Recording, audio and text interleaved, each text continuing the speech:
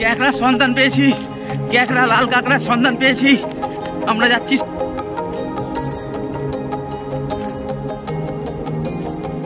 প্রচুর লাল কাঁকড়া, প্রচুর। দীঘা, দীঘা ঘুরতে গিয়ে কোথায় ঘুরতে যাবেন? তালসারিতে ঘুরতে গেলে কোথায় যাবেন? তালসারিতে গেলে প্রথমে আপনি লাল কাঁকড়া দেখতে হবে। লাল কাঁকড়া দেখতে গেলে আপনাকে কী কী করতে হবে? প্রথমে 100 টাকা দিয়ে একটা নৌকো ভাড়া করে নিতে হবে। ওই নৌকো আপনাকে 100 টাকা করে পার হেড ভাড়া নেবে, নিয়ে সোজা চলে যাবে মোহনা, ঘুরিয়ে এনে আপনাকে লাল কাঁকড়ার দেশে ছেড়ে দেবে। তো লাল কাঁকড়া তো আমরা দেখবই, আনন্দ করব। তার আগে আপনারা দেখে নিন নদীটা। নৌকাতে চড়বার সময় এত সুন্দর লাগছে, নদীটা দেখতে এত ভালো লাগছে, নৌকায় চড়তে এত সুন্দর লাগছে, মনে হচ্ছে আজকে নৌকাতেই আমরা থেকে যাই। কিন্তু নৌকাতে থাকলে হবে না বন্ধুরা, আজকে আমাদের অনেক জায়গা ঘুরতে হবে।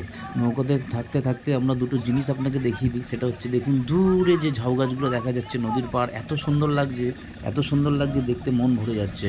আপনারাও কিন্তু এই দৃশ্য দেখতে ভুলবেন না এবং সোজা চলে যাবেন তালসারিতে গিয়ে এই দৃশ্য দেখবেন। দেখে এত সুন্দর লাগবে, আপনার মন ভরে যাবে। সারা সপ্তাহের ক্লান্তি আপনার দূর হয়ে যাবে। নদী করে চলে গেলেন, নৌকা করে চলে গিয়ে নামলেন তালসারির ওই পারে গিয়ে এবারে আমরা দেখি লাল কাঁকড়া দেখা যায় কিনা। চলুন। প্রচুর লাল কাঁকড়া, প্রচুর। এই দেখ, গর্তে ঢুকে যাচ্ছে।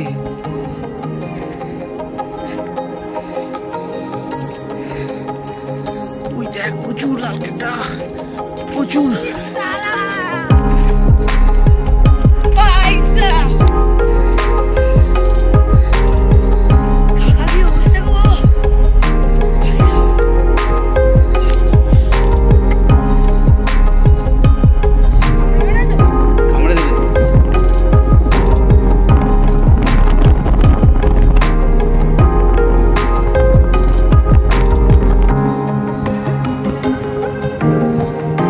যাচ্ছি আর গর্তে ঢুকে যাচ্ছে,